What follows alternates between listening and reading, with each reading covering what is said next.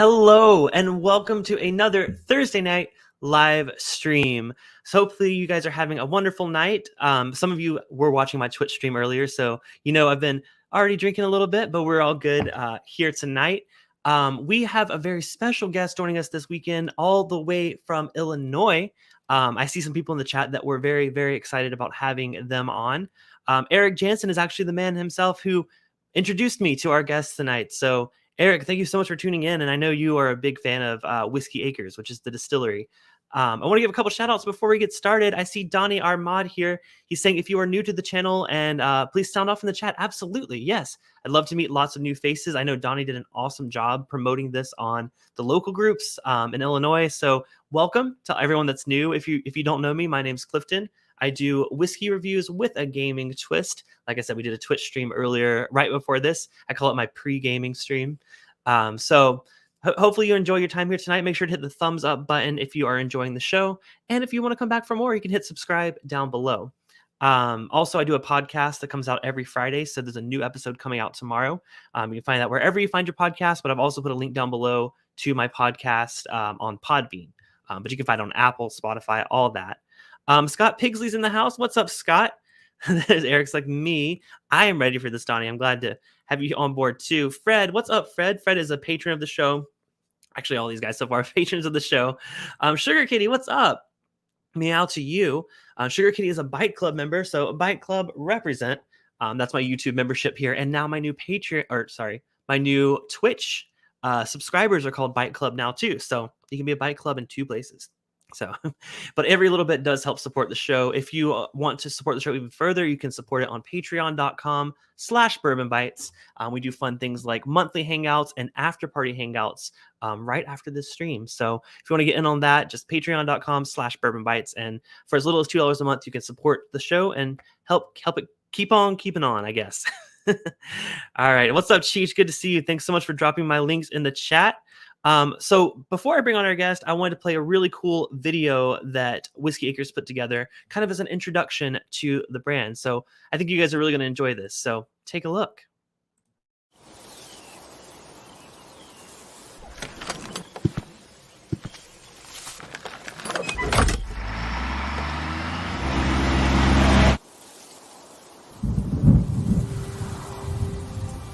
Greatness isn't born from punching a clock. Greatness has its own clock, its own pace, its own rhythm. It begins before the sun shows its face, and its pursuit carries you well into the darkness of night. Greatness takes all five senses working in tandem, honed and heightened by the promise of what could be. It dances with the elements. Greatness takes patience and practice. Because greatness doesn't happen overnight. It reveals itself over time.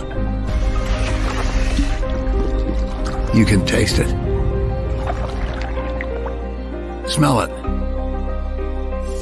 Feel it between your fingers. You can see greatness in a harvest. It manifests in calloused hands and sore shoulders, in trial and error. Greatness takes 24/7, 365 days a year, because greatness never sleeps. In DeKalb, Illinois, on these 2,000 acres, we're tilling and harvesting, distilling and perfecting. And we're chasing greatness in every bottle.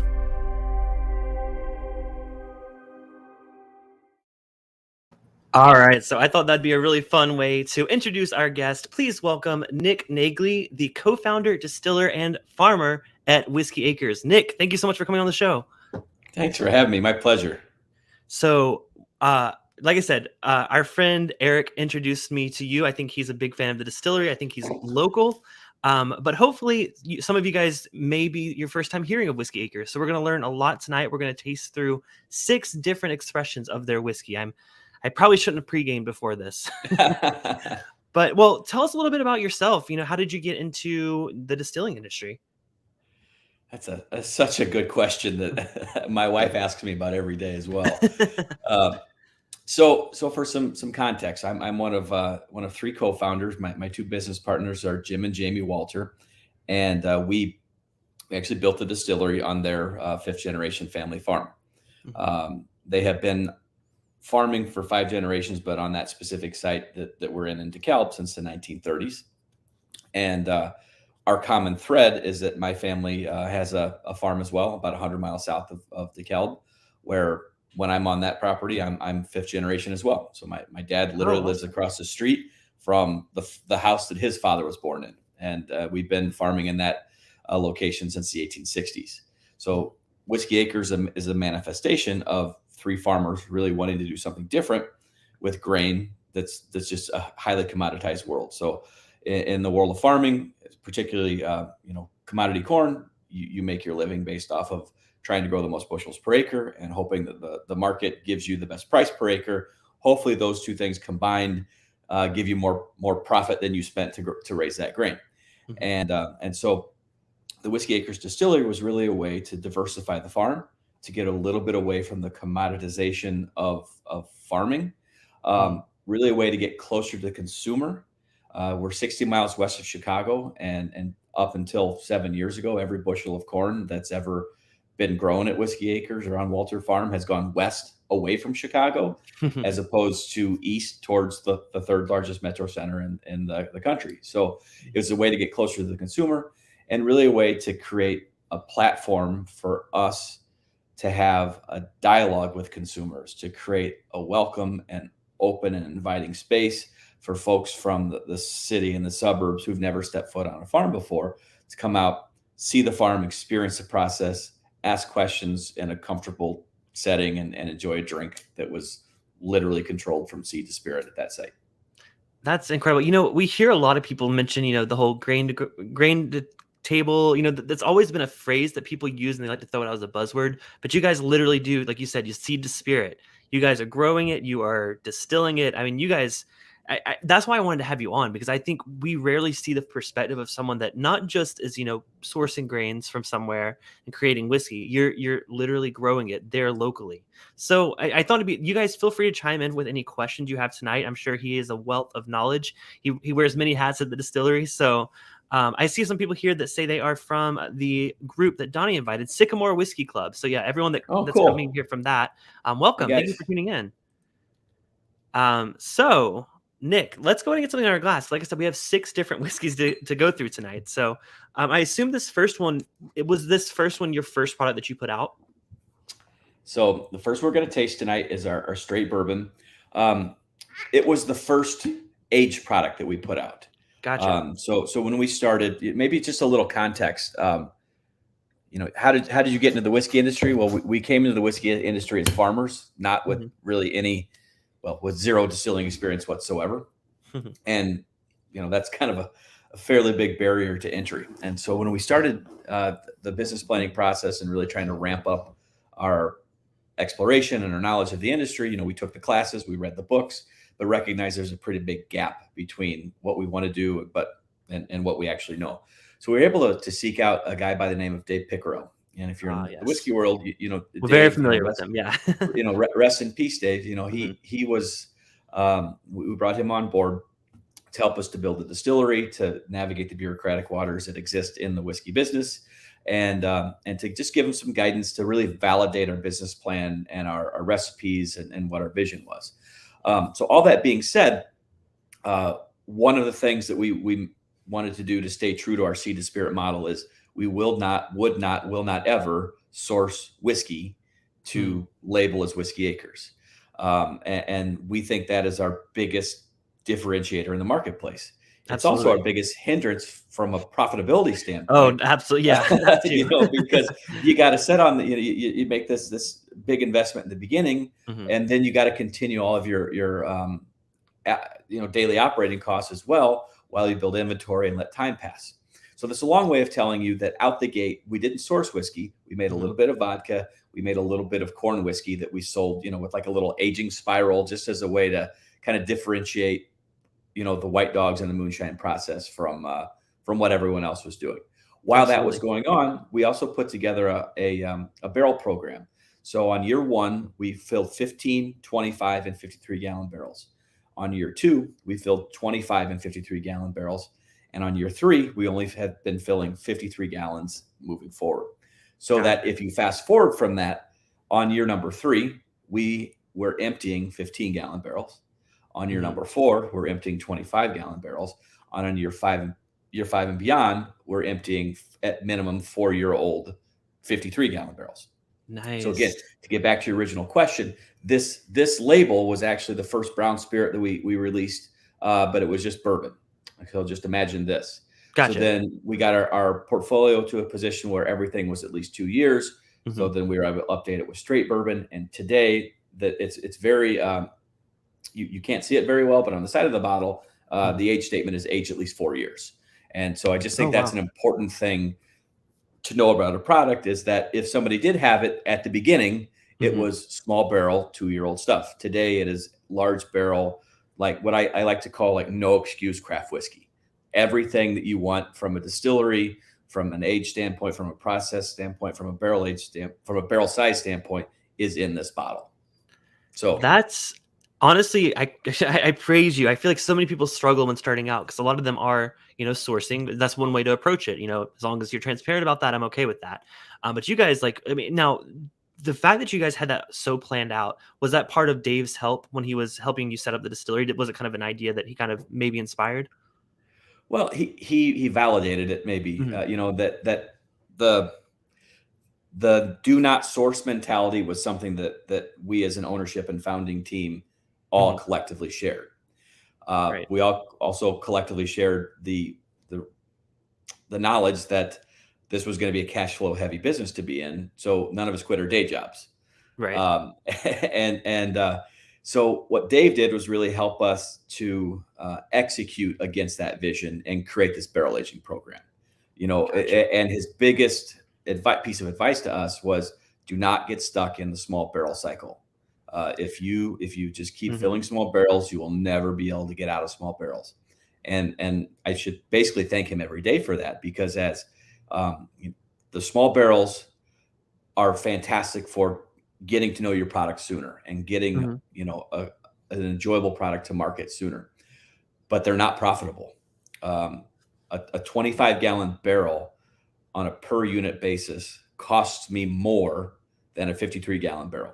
So Oh, just out the really? gate, cost of goods are more expensive. Mhm. Okay, you can swallow that pill.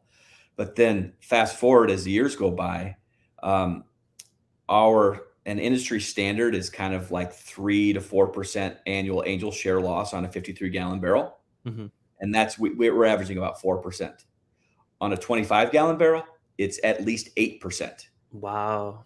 So the barrel costs twice as much, and there's half as much whiskey in there when you get to the final product. So Mhm. it's a very expensive way to be in the business in an accelerated way. So we're very glad that we're out of that right now. So Nah, let's taste that's this. Let me quit yes, talking to you. please. So you said at least 4 years old, on the straight Yep. bourbon. Yep. So the Um, mash bill is 75% corn, 15% soft red winter wheat, and 10% malted barley. This is all aged in 53 gallon char 3 Calvin Cooperage barrels. mhm. Our barrel warehouses are ex uh, unused grain bins that we've converted into barrel storage. Oh, really? One of them is actually, two of them are Quonset buildings. So think like a half circle, Mhm. um, like think army surplus barracks or military hangars.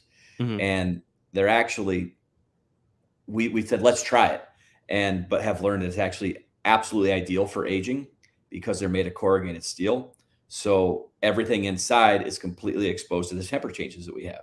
So you said you're in California now, and from What do you mean temperature changes? I'm just yeah, kidding. yeah, yeah, right. Well, the whiskey Yeah. that we're drinking right now, when it was in a barrel, was as cold as -35 and as hot as 115 degrees. -30. Nick, Note to self, maybe visit Illinois before you decide to move there. get the hell out of here in January.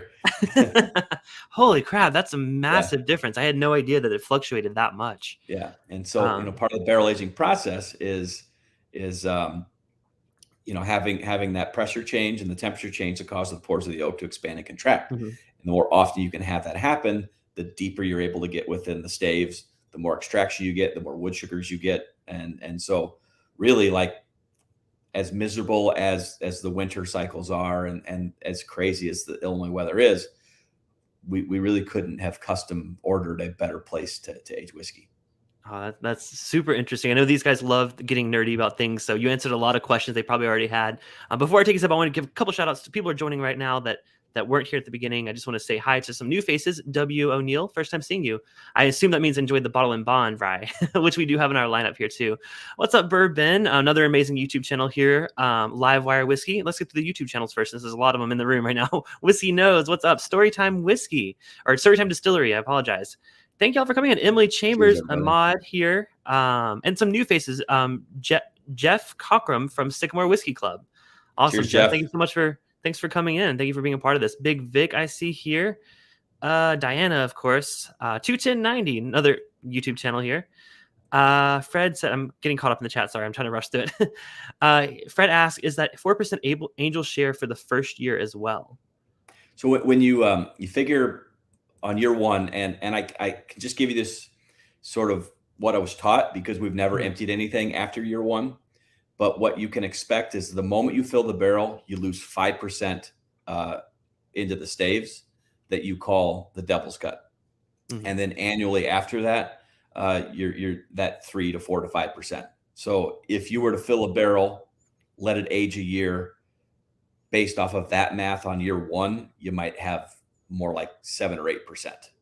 Gotcha. But I've never done it, so I can't speak with specific experience on whether that's actually how it works or not. But gotcha. No, that's good info. Piece these two things together, that's how I think it would be. Yeah. And sorry, Brandon, I missed you. If I missed anyone, feel free to chime in. I was trying to get caught up really quickly, but okay. I just had my first sip of this one. That's such an, you said it's a high corn and there's wheat instead of rye in the mash bill, right? Mm-hmm. I feel like it's kind of giving it a more of like a bread note that I typically get on, a wheated one. Maybe it's just, you said the mash bill earlier. I'm sorry. What was the mash bill on this? It's 75% corn. Okay. 15% soft red winter wheat and 10% malted barley. And so our goal here is really to have something that's soft and approachable. We use wheat as a secondary ingredient to really get out of the way of the corn. Right. Wheat is what I would call a complementary grain as opposed to a flavor grain. Mm-hmm. And just knowing that we're a new distillery, go back to being in our shoes 7 years ago. We're in a new distillery in a market that really doesn't have any distilleries. Knowing that we're going to have a lot of customers who are going to have one of their first bourbon experiences with us, we thought it was most appropriate to create something that's approachable, something that you can sip, that's nice, that's mixable, but not overly complex. And that's, the way that we feel that our straight bourbon is kind of showcased. Gotcha. What is the proof on the straight bourbon? 87. 87. So, gotcha. Good question from Brandon. He says, is it the same red winter wheat that Maker's Mark uses? I don't know exactly which wheat they use, but. So I can tell you that Maker's uses soft red winter wheat. Okay. What I can't tell you, and what I would say with a great deal of confidence, is we have a very specific variety of wheat that we've been growing for the last 7 or 8 years. Mm-hmm. So one of the things that I didn't mention is Jamie and I actually met because he and I were both in the seed business. And so we have access to sort of up and coming genetics as well as sort of an intimate knowledge of the industry. And so we were able to identify a specific rye variety that grows really well, has very nice test weight, very good disease resistance. And that rye has been the foundational secondary ingredient for everything we distill. So the answer is yes, Maker's does use wheat as a secondary ingredient. I doubt they're using the same variety that we use. Gotcha. And for those people that are just tuning in, these guys basically grow everything they make. So they're growing this in Illinois. It's, things that grow well in their climate. So it may be the same for, still a winter wheat, but maybe not the same actual seed that he's starting with. So, And that's Clifton, cool. I will say this, at this point, I don't think you can use the word basically in front of what grow everything. We grow all of our own corn, Okay. wheat, rye, and now we're growing our own barley. Wow. Okay. Yeah. Because I So see the reason I said that was because I've had people before that grow like 2 of those and they still source their barley. So that's we really were interesting. sourcing our own barley. We Mhm. have kind of a funny barley story here is that my dad and I grew it on our farm a couple of years ago to just kind of ground truth it and see if it could be grown in Illinois. My family has Black Angus cows, and so we were able to use rye to just kind of rotate it into our small grains Mm. as a nurse crop for our alfalfa. So for our farm, it was just kind of a swap rye for oats or oats for rye. I should say barley, Mhm. and we were able to use that. We grew it and had it malted and actually has some really nice American single malt that's aging. So then we sort of ground truth it there. We brought the barley genetics to DeKalb and grew it there in 2020 and had like a 30 or 35 bushel to the acre crop, which is like Mm. really kind of miserable, but it wasn't far off from the yield that my dad and I had. So we just kind of went, all right, well, this barley is something we want to incorporate into our operation, but we're not going to get many bushels out of it. So what we did was we doubled our bushel or acres that we grew from 20 to 21, and then we harvested it in 21, and we had a 3x increase in yield per acre. So we doubled our acres plus. Instead of 35 or 40 bushels to the acre, it was more like 115 or 120. Wow. So we are swimming in barley, and actually that's just crazy. shipped a semi-load off to a guy who's got a malt house in the Quad Cities, which is an hour and a half away from us. Mhm. And we're having it malted so that we can use our own barley as distiller's malt, as well as having some specialty malts done that we can use for making American single malts. Wow. That's a big leap. And I'm so glad to see that it's working out and you're able to get so much of it. We're sticking in the nerdy questions. So Storytime Distillery asks, which do you think has the bigger impact, the grains used or the strains of yeast?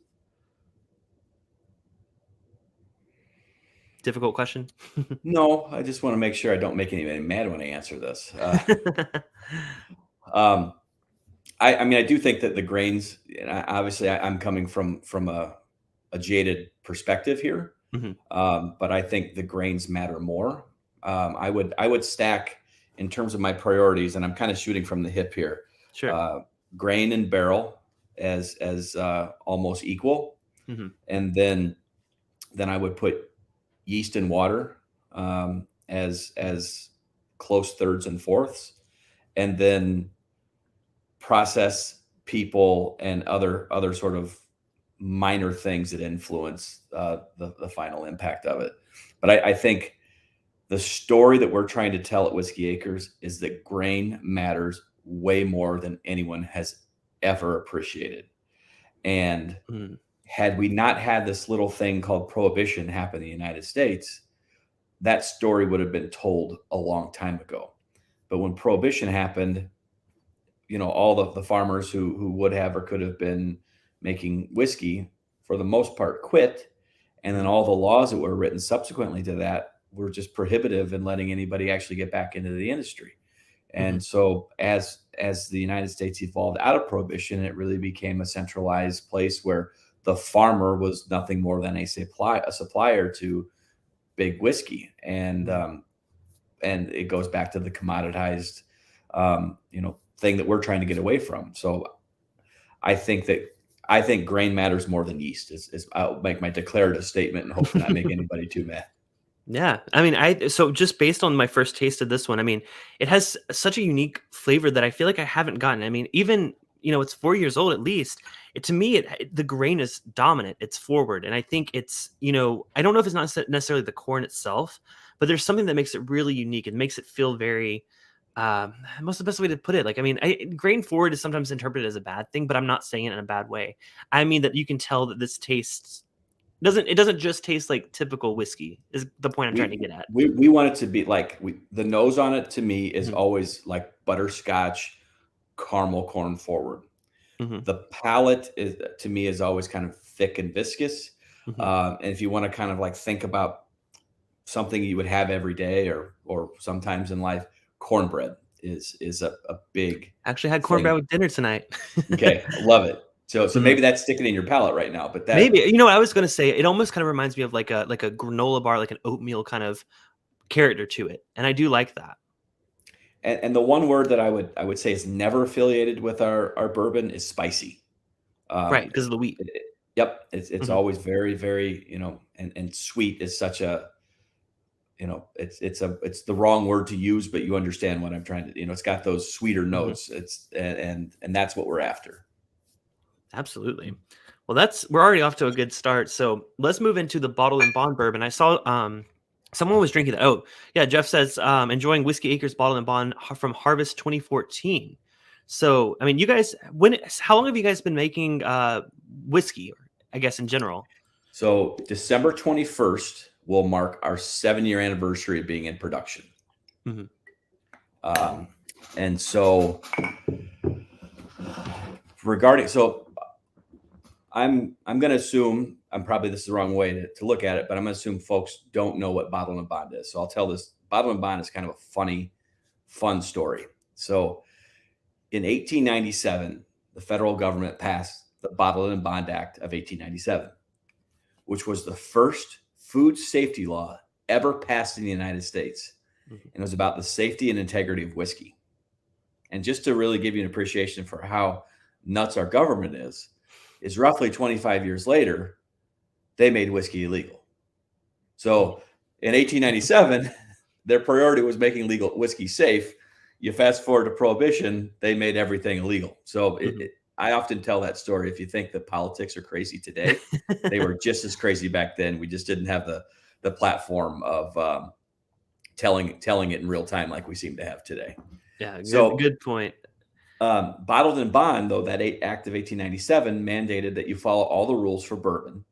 Plus, it has to be made in the same distillery, by the same distiller, in the same distilling season. And the distilling season is considered January 1 through the last day of June, July 1 through the last day of December. Bottled at exactly 100 proof, aged at a federally bonded warehouse for at least 4 years. And the one thing that we do that's an extra step is that, I don't know if you can, I'll see if I can show it here, but if you look closely, I'm drinking one from the 2015 harvest. Gotcha. So we've taken it a step further, and in an effort to sort of pay homage to our wine brethren who are estate wineries, we're trying to create vintages of our bottle and bond to identify the harvest year that's coming from. That's really unique, and I like that people can seek out the certain what if 2016 was a good year. That's I see it done a lot in wine, but it's really interesting to see it in whiskey as well. Eric makes a great point. He says, "This is why I love Whiskey Acres. It speaks to my farming heritage and the nerdy side of the grain genetics." So yeah, Eric is our resident farmer here in our chats. He's a great guy. Hi, Eric. I'm seeing a couple questions asking about distribution. And someone asked if you guys ship. Where are you guys at? Like, where can people find bottles? So our primary footprint is in the state of Illinois. We have very limited distribution in physical distribution in Nebraska, and that's a whole long story. But we have a third-party partner who can ship to about 20 or 22 states called Sealbox. Sealbox. They're awesome. I've ordered them several times. SEELBACHS.com. If you go to our website, whiskeyacres.com, and there's a link on the top that says buy online, and it will take you directly to the Sealbox page. Gotcha. That will delineate what states that they can ship to. I can tell you this: I would love to be able to ship directly to anybody who orders from me, but Illinois is one of the states that prohibits it. And I'm a part of the Illinois Craft Distillers Association, and actively working to get that changed, because the opportunities for our business to grow are just so much. If I reflect on how much our business could have grown if I could have shipped during like the heat of COVID, we could have made, right. We could have hired a shipping and distribution department, but and a lot of folks ask, why are you only in Illinois? Well, the reason is, go back to our barrel aging program and the fact that we've never never sourced is that we've had to scale into having volume. And so we have thought it's very important for us to make sure that we can service our market in our backyard first before we start shipping out of state to any scale, to make sure the worst thing I could do is have the liquor store down the road or my number one, old fashioned restaurant down the road not be able to get whiskey because I sent it to somebody in Arkansas. Right. And so we want to make sure that we have the volume that can support our growth out of the state. And at the same time, we want to make sure that we have basically turned every stone within the state to make sure that we have really gotten, our groundwork done there. Because once you leave your state, you're no longer local, or you're not. And I saw that you guys were the first estate distillery in Illinois. Is that correct? And as defined by the American Distilling Institute, we're the second in the United States. And Frey Ranch in Reno, Nevada, or outside of Reno, Nevada, was the first. Wow, that's awesome. I'm seeing a lot of fans are from Illinois. I didn't realize Tim Evans was from Illinois, but Tim says great pours here. Yes, he is a fan. And Cheech is dropping the Sealbox link if any of you guys want to check out their products there if they ship to you. 21090 says we will find you on Sealbox, and they are out of DC, so I can drive to pick it up. Even better. Thank you guys. So I poured the bottle in bond. Now I saw Fred was asking a really good question, which Fred, I will get to your question, and Donna, your question is kind of related to Fred's. The bottle and bond, what other than following the obvious distinctions of bottle and bond, is this an older expression compared to the straight bourbon? Is it about the same age? It is the same exact mash bill. Okay. It's just between 1 and 2 years older, and higher proof. So basically, if you nose this, you will actually get a little less of that grain forward, and you're going to get a little bit more of the barrel. But beyond that, everything else is going to be the same, but more. So you're going to get deeper tones. You're going to get more sweetness. You're going to get more. It's more viscous to me. It's our straight rye or straight bourbon on steroids. I was going to say, so I've only nosed it so far. But to me, it goes, like you said, darker. That word really resonates, because to me, I'm getting like a maybe like a milk chocolate, or there's something like deep and dark, and like maybe even caramel that I'm getting on the nose of this that I wasn't getting as much as that. And I think, like you said, that's coming from the barrel, the older age. So I haven't tried it yet. So cheers. Cheers.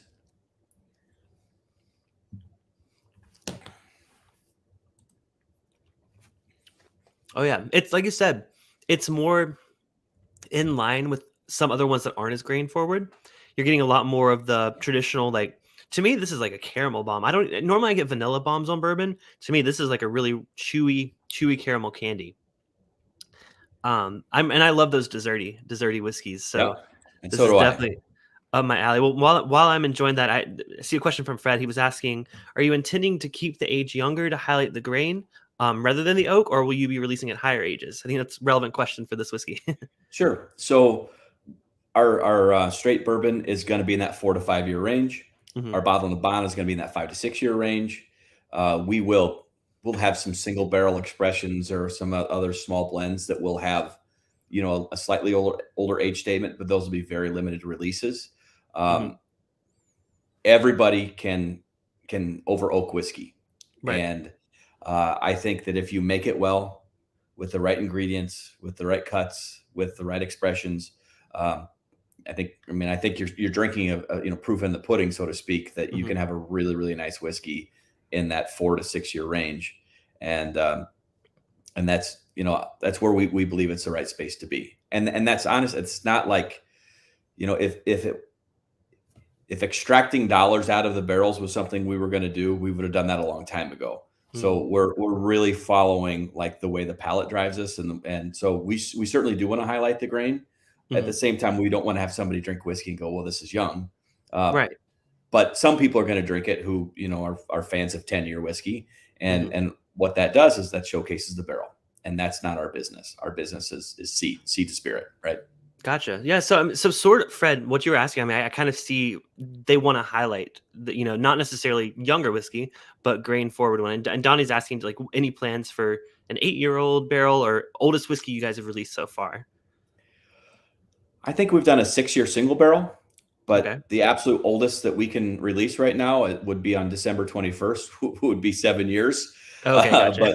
But on December 21st, we were making corn whiskey. So I Mhm. think, if I remember right, I think February 2nd is when we filled barrel number 1 and number 2, and those are still sitting right now. Gotcha. So it's more And of like then a we'll see. it's, yeah, right. So we will have some that will sit back and let cook for a while longer. But Mhm. our plan is not to be a supplier of 8-year-old, 9-year-old whiskey across our portfolio. Well, I mean, having your base product being at least 4 years old is a huge achievement in itself.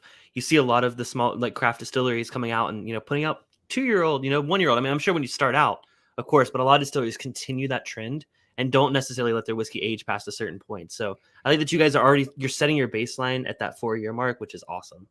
Yep. And our bottle and bond will be that 5 or 6 year mark. And we'll continue to do that. Yeah, I We're think proud of I'm that. really enjoying this Ball and Bond bourbon. I saw someone in the chat was enjoying it earlier as well. This, I mean, 100 proof is, I'm a bit of a proof hound, so I like higher proof whiskeys. So 100 proof hits right at the right spot for me. Our validation for the bottle and bond was, we have two. So Binny's is a big retailer within the state of Illinois. Mhm. And when they reviewed it, their closing statement was that Whiskey Acres Bottle and Bond bourbon is setting a new standard for craft whiskey. Wow. Um, so I couldn't have asked for a better endorsement there. And Yeah. then, like, secondarily to that, our bottle and bond won a double gold at the San Francisco World Spirits Competition. And Awesome. craft distilleries don't come in and win that. And so we're darn proud of that. hmm Yeah, that one's great. So let's move on to what I know is the more difficult grain to distill. I don't know about grow. You'll have to let me know that. Let's move on to the rye whiskey. So have you guys been growing rye like traditionally in that area? Is that kind of a common grain that's grown? Not at all. Okay. Yep. So here, for the geeks out here, here's some farmer geek for you. In the state of Illinois and in the United States in general, rye is not a cash crop.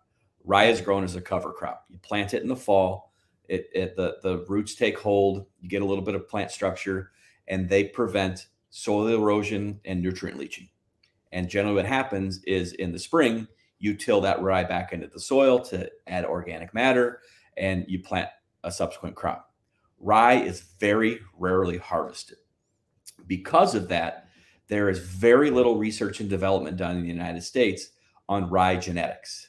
So when we go to buy rye seed, we have access to something that's called NVS rye, non-varietal specific rye.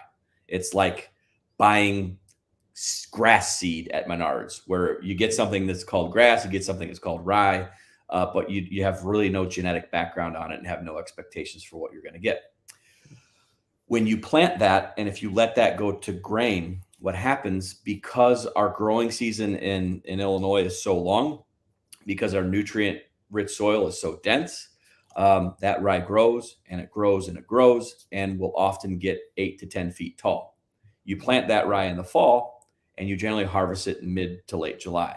What always happens between May 15th and the 4th of July in the state of Illinois is a big weather event with 50-mile-an-hour wind and 2 inches of rain that acts like a bulldozer and knocks that rye over and makes it's called lodging, and makes it unharvestable. So when you've got rye laying on the ground, if you even do harvest it, you've got dirt and infections and things that you really don't want in your rye grain that you're ultimately going to make whiskey from. All that being said, they grow a whole bunch of rye in Canada, and they've done a ton of research and development on new rye genetics. We work with a farmer friend, and I'll give a shout out to Mike Swanson up at Far North Distillery in Halleck, Minnesota. They are to rye, and rye grain in the whiskey world is what we like to think we are to bourbon, to corn and bourbon whiskey. Dave Pickerel introduced us to Mike, and we together identified a specific variety of rye that's called AC Hazlitt, that agronomically it grows way, way shorter than your typical rye that we have access to. Gotcha. And has a much stronger stalk. And so instead of being 8, 9, 10 feet tall, it's more like 5, 6, 7 feet tall. And it doesn't act like a sail, and almost always it's harvestable. So we picked that rye, those rye genetics, for the agronomic characteristics of it.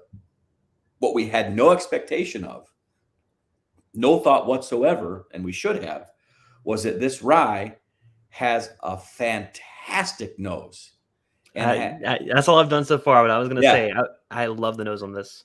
so this rye that you're drinking, let me catch up with you here. It's 75% rye and 25% corn. Okay. So kind of like swapped a little bit. I mean, a little bit different. A little bit different. And then we use a different yeast strain. This all comes from 53-gallon barrels as well. In this case, our rye is, the minimum is a 3-year barrel.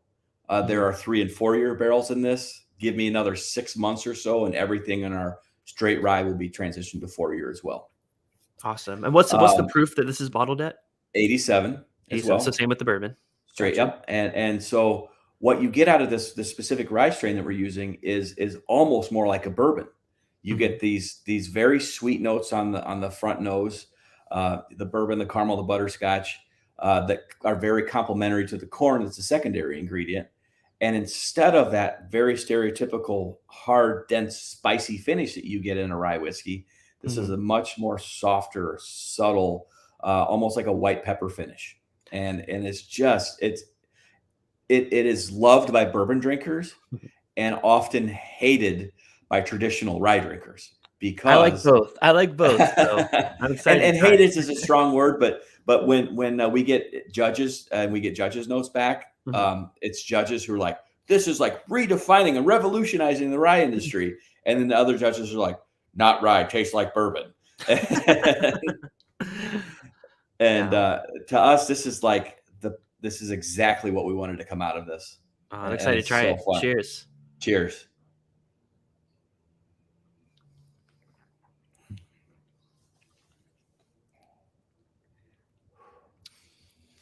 You know what's funny? The first thing that this reminds me of, it's crazy because I don't know if you've had barrel seagrass. These guys in the chat will know what I'm talking about. It's a rye whiskey from barrel, and they source it from all over. So they're sourcing Indiana rye, they're sourcing Canadian rye. I think there's even Polish rye in it. And then they finish it in both rum casks and apricot brandy casks. So it's ridiculously complex. I'm getting similar notes from that ridiculously complex whiskey on this. And I'm not sure. It could be just that rye grain, or the different strain that you guys have of the rye is so different and so unique that I think it's pulling me in a different direction than just the typical rye whiskey. Is there certain notes that you think that this has that other typical ryes, like you said, the ones that everyone's like, this isn't a rye? What makes it different flavor-wise from those ryes that we're familiar with? Well, I think most of the ryes you're familiar with are gonna, at this moment where I just had a sip and you're enjoying the finish, most of them are just going to be kind of what I consider to be like high heat and spiciness. I don't think the finish on this is just soft and subtle and long.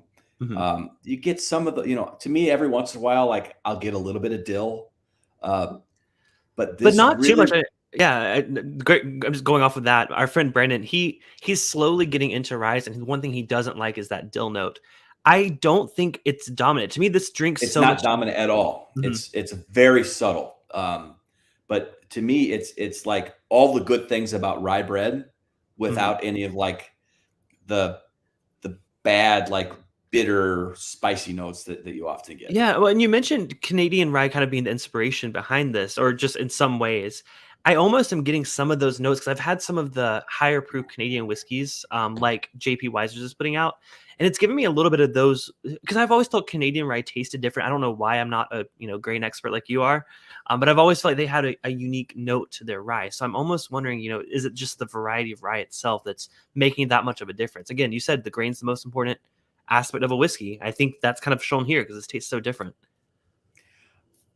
I'm going to just make you fast forward and try the Bourbon Rye. Okay. I just finished it, so I'll move on. I'm going to blow your mind here. Okay, let's do it. So why are we? We manage the Bourbon Rye the same, in that all of our tax stamp labels have a harvest year on it as well. So the Bourbon Rye is a 4.5 year old expression. We'll get it to 5 when we can get it there. But what's interesting that I've never found a good answer to is that it's just kind of industry knowledge that rye whiskey ages more quickly than bourbon.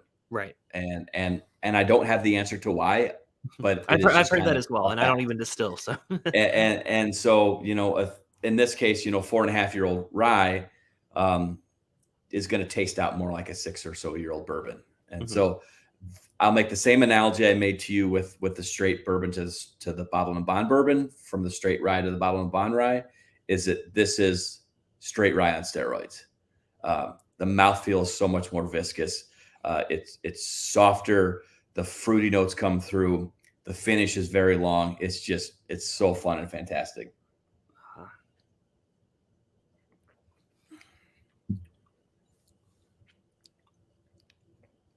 Yeah, to me, that one, like flavor wise, it's a lot more similar to the other one as compared to the bottle and bond bourbon compared to the bourbon. But like you said, everything's amped up because it is at that 100 proof. Now, it sounds like you are gravitating towards the higher proof ones as well. Is that kind of like, I mean, I know you put out the straight bourbon and the straight rye because that's, you want to be approachable and friendly. But do you guys have plans to do anything cask strength in the future? We do them. Oh, okay. Even better. Yeah, we do them as single barrel releases that we call Distiller's Reserve, that we do through the front door of our distillery. And then we have a lot of retail partners who come and pick single barrel picks. And so we don't have a vision for like a blend of cask strength. What we will do is cask strength single barrel offerings. Gotcha. Makes sense. Here come all the nerdy questions. Sugar Kitty says, right, column or pot still? 500-gallon pot with an 8-plate column. We distill on the grain. Mash in is between 9.5% and 10% ABV. We use what we call a constant proof distillation technique, which basically means that we adjust the input of the steam in the double boiler, as well as the cooling at the top and the defligmator, to control the speed in which the vapor goes through, so that we have a target distillation proof of 135. So that when the distillation first happens, the heads crack off of the still, we make our cuts. And then at that point, like, the proof is going to be really high. That runs for 5 or 10 minutes or so. We can kind of get the still under control, get the proof down to our target, and then we'll distill at 135 for the next 6 hours or so to make sure that we're maintaining a stable proof and stable flavor profile, which makes our heads and tails cuts much easier to identify and makes that distillate way more consistent. That Sugar Kitty had a twofer. He said, "What's the cut like on the rye?" You just kind of taught a little bit to that. So, I think I answered it, but I'm not sure. I don't know how else to answer that question. What's the cut? So Sugar Kitty, if you need clarification. And then Andrew's asking, next up, what is the proof that you enter the barrel at with the rye? Our standard entry proof is 120. 120. Yep. So if you look through our warehouse, almost everything is like 119.8 or 120.1 or something. If you walk in and see something like 122.3 or something just slightly higher or slightly lower, the only reason we ever do that is if we've got like we're transitioning from bourbon to rye or rye to bourbon, and we know how much liquid we have, and we don't want to like fill a barrel by 10% or only fill a barrel 10%. So we'll concentrate the alcohol a little bit more to make sure that it can fit in 7 barrels instead of 7 1/10 of a barrel. So we increase the proof to get the gallons in there. Gotcha. Oh, Sugar Kitty has clarification for their question. They said broad or narrow cuts on both ends of the cuts. That's too detailed. I don't even know what that means. Hopefully you do. I honestly, I don't know. I'm not sure how to answer that as well. Okay. I mean, I'll give you like the day in the life of I'm making whiskey, and maybe that will answer her question. We fire the pot up, and it takes roughly 45 minutes or so to create vapor. For roughly 7 to 8 minutes, it will run what we consider to be heads, and we run them a little bit. Like when we think that we're out of heads, we always run for another minute or two just to make sure that it's extra clean. Then we make our cuts into hearts. That distills, as I described a little bit earlier, for 5 to 6 hours or so, maintaining that constant proof at around 135. Then as those sweet notes begin to erode, particularly like if you're making bourbon, you're you're looking like what I look for, and this is kind of farm boy mentality here, but you're looking for the transition from like that sweet, like molasses and freshly cut alfalfa, that's more like horse feed, to the transition to what comes out of the horse, where it's not like if you ever been in a horse barn, it's still kind of like sweet and fresh, but it still smells still kind of stinky. And so you're looking for those like more processed and just like funky flavors and smells. And that's when we run that just a little bit. We want a little bit of that funk in the hearts, because that's what makes the magic happen in the barrel. Gotcha. And you know what's funny?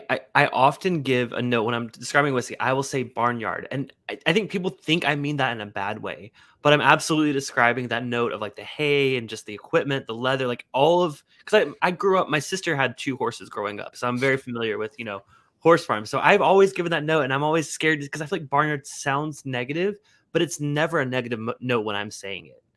Yeah. And also cheers, Independent Joe. Thank you for tuning in. I hope I answered her question there. Yeah. It's running the extra minute answers the question. Got it. So okay. Thanks for the question, Sir Kitty. All right. So we have tried your core lineup. I think now we got about 10 minutes left. So let's move on to are they experimental, artisan cask? What do you call these last 2? All right. So here is the bottle that Artisan Series. There we go. I was close. So we call it the Artisan Series. And so the Artisan Series is what we developed to really help us explore new grain varieties and really kind of launch them through the visitor center to kind of ground truth them, to get consumer experience. And honestly, we use a smaller bottle to stretch the supply, to make it a more approachable price point, and to really just kind of have something unique to delineate from our standard lineup. So our Artisan Series, we have made bourbon from Oaxacan green corn and blue popcorn and Bloody Butcher and things like that I weren't ready, so I wasn't able to send you, but they are in barrels and will be scaled.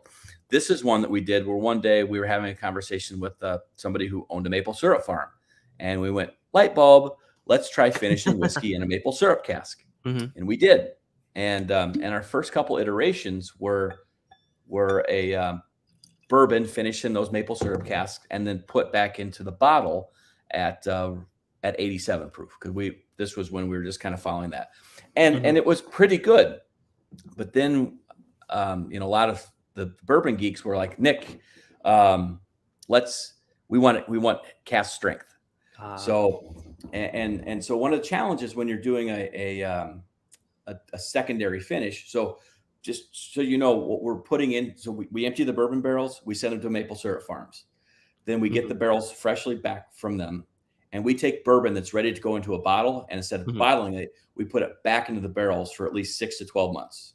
Gotcha. And those barrels sit right next to our boiler, so they are under constant heat pressure. We want to extract every little bit of that syrup that's in that barrel back into the distillate. Wow. But what happens in that process, so we pay the angel share the first time that we dump the whiskey, roughly 20%. In a year, in these finishing barrels, we're averaging 25% loss. And so coming back to the packaging, we have to put it into these smaller barrels to make sure, or these smaller bottles to make sure that we can spread the juice, so to speak, and also to have an approachable price point. This bottle, it's a $47.99 bottle. It is not inexpensive. I sell out in 2 hours when we release this stuff. I was going to say, well, speaking of which, you guys, not to sidetrack, but you guys are having a big release tomorrow. So you mentioned the blue popcorn bourbon. Is that's what's coming out tomorrow? That's what's coming out tomorrow. And so this is symbolic of the transition. So we ground truth the blue popcorn. We made sure that it worked. We made sure there was a customer demand for it, made sure we could make it repeatably. And then we scaled it. And so this will be, I think, our second release of blue popcorn as an Artisan Series, but in the 750 ml bottles.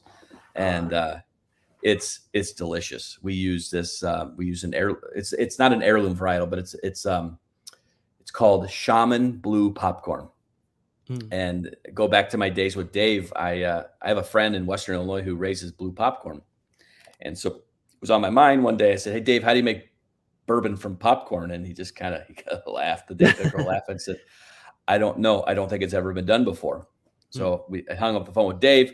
I called my buddy over in Western Illinois and said, hey, Andy, can I get some popcorn from you? And he had that like long pauses. I'm not going to be your popcorn competitor. I want to try to make whiskey out of it. And that conversation happened like in the first week of April. He sent me seed or sent us seed, the next day or the week or something.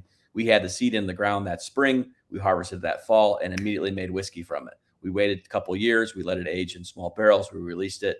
We knew it was novel. It was interesting. So then we scaled it. This year, moving into 2022, it will represent almost 20% of our production. Wow. There's nobody else doing it. That's so cool. I know a couple of people here in the chat are actually planning to be there for that release. He said the last one sold out in 2 hours, so you guys should probably get there pretty early. Well, cool. We'll talk a little bit about that at the very end, but I do want to try this maple cask because I've only tried one other whiskey that actually did something similar. I'm not sure if you're familiar with Tom's Foolery. I've heard of them, but I've never had their maple. So my friend Ian, he's not here in the chat, but he's here sometimes. He actually is a big fan. That's his local distillery. I forget. He's in Ohio, I believe. So it's one of the locals, very, very small. I've actually had them on the show before. They're fantastic folks behind that. But they also did a maple cask. So I'm curious to see, this is different approach to it.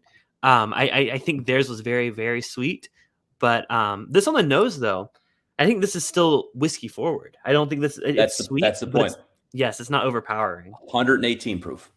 But seeing theirs wasn't cask strength either. So very excited to try this. Cheers. That's the secret. That's the secret to this is you let the heat from the cask balance the sweetness from the maple. Oh, wow. Not at all what I was expecting.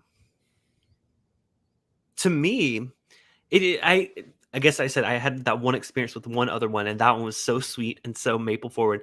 This, though, I feel like it has the mouthfeel, the thickness, the richness of like what you would expect from that. But to me, it's only complementing the flavors of the actual bourbon itself. It's not taking over.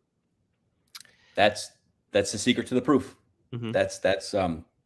And that's our objective here. We, it's on paper, it's a flavored whiskey, but in practice, it is bourbon first. And that's exactly what we want. Yeah, and it glad finishes. That's what you experienced. It has a little bit of the finish of the actual maple flavor. That's where I'm getting it the most on the finish. But that's delicious. I mean, so far, I'm like, do you got any more of those bottles? That's so good. I imagine it's sold out. But it is, yes. Yeah. Well, Diana asked, do you allow purchases over the phone? We would love to do that. They want their hands on the blue popcorn. we can't do that. We'd love to, but. So, Diana, I'm not sure where you're from, Diana, but if you're in Illinois, you can get it at our visitor center. You can get it at all the Benny's locations. And then we have a ton of retail partners in the Fox Valley, like Hammers and Royal Wren and Lundeen's and, some of the really cool partners out there that you send me an email, nick@whiskeyacres.com. You can welcome to share that. I'll help you find it if you need help. Yeah, Diana is in Tennessee, but I know she knows someone in Illinois that's hopefully going to go get her a bottle tomorrow. So. Check Sealbox. I feel like Sealbox can ship to Tennessee. They did get a small allocation of it. Gotcha. Well, that was fantastic. I'm really excited. This next one is something that I'm not familiar with. I did a quick Google search for what this actually means. So this last one we're trying is you pronounced it properly earlier, and I forget how you pronounce it. Tell us what we're drinking for our last one. All right. So let's start with Nocino. Nocino is the word you're looking for. Thank you. Nocino. Okay. And it's a traditional Italian digestif with the primary flavor grain is black walnuts. And so what you do is historically or traditionally you harvest the black walnuts on the summer solstice when they're still green. You chop them up, you throw them into high proof alcohol, and this is where how we interpret it. We throw them into used barrels with the chopped up walnuts, about 155 proof, 100% whiskey, 100% corn whiskey. Then we add cocoa nibs, cloves, cinnamon sticks, coffee beans, Madagascar vanilla beans. Wow. And that all goes into a barrel until roughly November 1st. Then we empty that barrel, do a little filtration, add simple syrup, and proof it down for a liqueur that's 35%. Mhm. and it is Christmas in a bottle. That sounds like it. It This sounds year, delicious. I've never had anything like that. what we did was, all right, so we've got an empty Nocino cask. Let's put bourbon back in it and see what happens. So Gotcha. that's what you're tasting here is bourbon whiskey finished in a Nocino cask at cask strength. Cask strength. Awesome. So I think it's Emily is a Nocino fan. She says, swoon, my favorite non-whiskey. Well, Emily, I'm glad maybe experienced the essence of Nocino. Apparently I need to buy some bottles of it too. it's 121 proof. Okay. I think Waterford Distillery out of Ohio might be the only other distillery I'm aware of that's done anything like this. Oh, wow. Nose. I get what you mean on the nose. Like, it's definitely Christmassy. Yeah, that cinnamon and that, like, there's like a, I have to try it. It's very interesting of a nose. Cheers.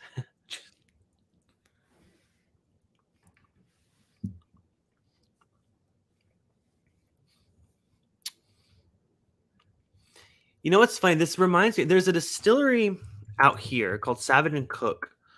And they have a whiskey called Sweater Weather. I don't know if you've seen it. It literally has a sweater on the bottle. Okay. Like a knitted sweater. And it's not the same thing, but it has that same like cinnamon. It's infused with cinnamon. And the only reason I'm saying that is like, this is reminding me of that. I've never had that flavor before, except in that whiskey. Yeah, they infused there with cinnamon, nutmeg, clove, cocoa nibs, and vanilla beans. So very, very similar to what this is. Very cool. The only difference is we don't directly infuse it. Right. You're just using the barrel remnants. Yeah, and I think that makes it whiskey forward, similar to the maple syrup one. So you're not getting a liqueur in a glass. You're getting a bourbon that's taking on some of those sweeter characteristics, those unique spices, and especially on the finish. I mean, this one to me is more upfront than on the finish, but it's not overwhelming, and that's what the beauty of it, I think, is. This was a let's try it. Mm-hmm. And we only sold this through the front door of our visitor center. We've got some bottles left. But if you want it, you got to come to DeKalb, Illinois to get it. Oh man, and I imagine that was also sold out. We actually did quite a bit of it, Okay. but it went pretty quickly, and it's one of those where we're truly like building the concept, right? Mm-hmm. Nobody, you didn't know how to pronounce it, right? No, I have no idea what that word is. Yeah, but, so the understanding of what this product is pretty low. So we taste it out during all of our tours now, and just really like want to encourage people to experience this. I can even see someone that, even though it is at cask strength, I think those flavors are so familiar and so approachable that someone that may not normally like a higher proof whiskey would gravitate towards this because it's sweet. It has some very holiday spice notes to it. I mean, shoot, add this to some apple cider or something, and like, oh, you got a drink right there. Yeah, put an ice cube in it. I mean, it's something as simple as that. Mm-hmm. It is so easy to do. Mm. That's super interesting. Like I said, the only reason I mentioned the Savage and Cook is it's the only thing that I've had that's similar to it, but that's more of infusing the whiskey. This is more using the actual cask. So the whiskey is forward and dominant and delicious. Well, I know we're a little bit over time, but you mentioned the blue popcorn bourbon is coming out tomorrow at the distillery. For those that are curious, is there a time that you guys are launching that? Like, when should people show up? Yep, we open at 3:00. Okay. The weather is not supposed to be good tomorrow. We will not let people in early just for chaos management.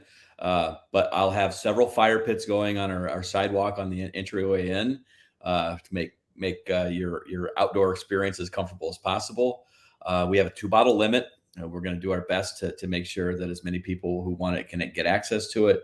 But I can tell you've been surprised, blessed, flattered, and surprised at the demand for things like this, and certainly expecting to see that tomorrow. Expecting is wrong. Hopeful to see that tomorrow, Mm-hmm. and really just want to make sure that, like, if you want it, don't show up Saturday.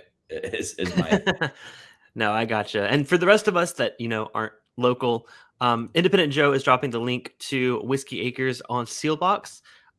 Their products are available there. I'm not sure exactly which ones. You mentioned the Bottle and Bond was available there. So Sealbox will have straight bourbon, straight rye, bottle and bond bourbon, bottle and bond rye. They did take a little bit of an allocation of the maple cask. I don't know whether they have anything left or not. And buy it. It's so good. And they did get a small allocation of the blue popcorn bourbon as well. I just don't know whether it's made it into their system or not. It shipped out earlier this week, so I don't know if it's physically there yet. Gotcha. Well, I have a completely random thing I want to share. Go just for based it. Off. I live in Batavia, Illinois now, and a brother of one of my very good friends wrote a book called 8-Bit Christmas that has now been turned into a movie. Wait, the movie? I saw the trailer for that. I love that trailer. Wow. So I've read the book, and and we're having a viewing party for the movie on Saturday. But it's been, I mean, the book that I've read and everyone it's like modern day Christmas story. But it's about this kid's quest to get a Nintendo. I even shared that trailer on my Facebook page when it first came out. I'm like, this seems so cool. It's right up my alley. Yeah. That's and great. so that's why I bring it up, because I highly encourage you and your audience to check it out, because I think it'd be very, very appropriate. Absolutely. Well, since you mentioned that, are you much of a gamer? Did you play games growing up or anything? Or no, I bought my first Xbox when I was 24 years old. Okay. So, yes. So I usually ask that question, but I also I always feel like I don't want to catch people off guard. You asked me earlier, are there any curveballs? I'm like, I won't ask them that, but you brought this up, so I'm going to ask him anyways. Well, very cool. Yeah, I definitely plan. One other thing I do, I'm making up for my lack of video games as a child. Okay. My basement has like 110-inch projection screen. It came with my house, and I hooked up the original Nintendo to it. Mm-hmm. So I now play Super Mario Brothers 3 on a 110-inch projection screen TV right now. So I'm making up for what my mom would let me have when I was 7. Is what. All right, we'll excuse it. We'll let it slide. No, that's awesome, man. I love the retro games. That's kind of part of my thing here. So yeah, that's exciting. So you said that the screening of that is it this Saturday at the Distillery? It's screening. It's a personal thing. It's available on HBO. Is it Max or HBO Now? Max, yeah. Max, like right now. Okay, gotcha. Well, and I see Diana. It's Nick at whiskeyacres.com. Yeah, if anyone wants to drop that in the chat, I'll highlight it on the screen for anyone that wants to reach out to him for any reason whatsoever. Well, Nick, thank you so much for coming on. This was so much fun. I can't wait to hopefully eventually try the blue popcorn bourbon if it doesn't sell out instantly. But this was an absolute pleasure. I loved having you on, answering all these amazing, nerdy questions, but these guys love it. And we all appreciate you guys being in the chat and asking your questions. But most of all, we appreciate you, Nick, for coming on and telling us a little bit about farming. I learned a lot, honestly. I'm not going to go start a farm, but I learned a lot. Well, Clifton, I appreciate your platform and all of your audience's time and attention. And I hope, we maybe taught some people a few things and would just strongly encourage everyone to come visit us. We have a beautiful space and we give great tours and just have an incredible team that gives all our guests a great experience, and would love to share that with you on site. That's awesome. So I dropped and one other thing. Yep. You don't have to be from Kentucky to make bourbon. That's one thing that is my goal in life to tell this story. If only more people knew that, that's not a thing, but that's awesome. I love the shirt. So I put Donnie dropped the link here, or the email address to Nick there. If you guys have any questions, feel free to reach out to him after the show.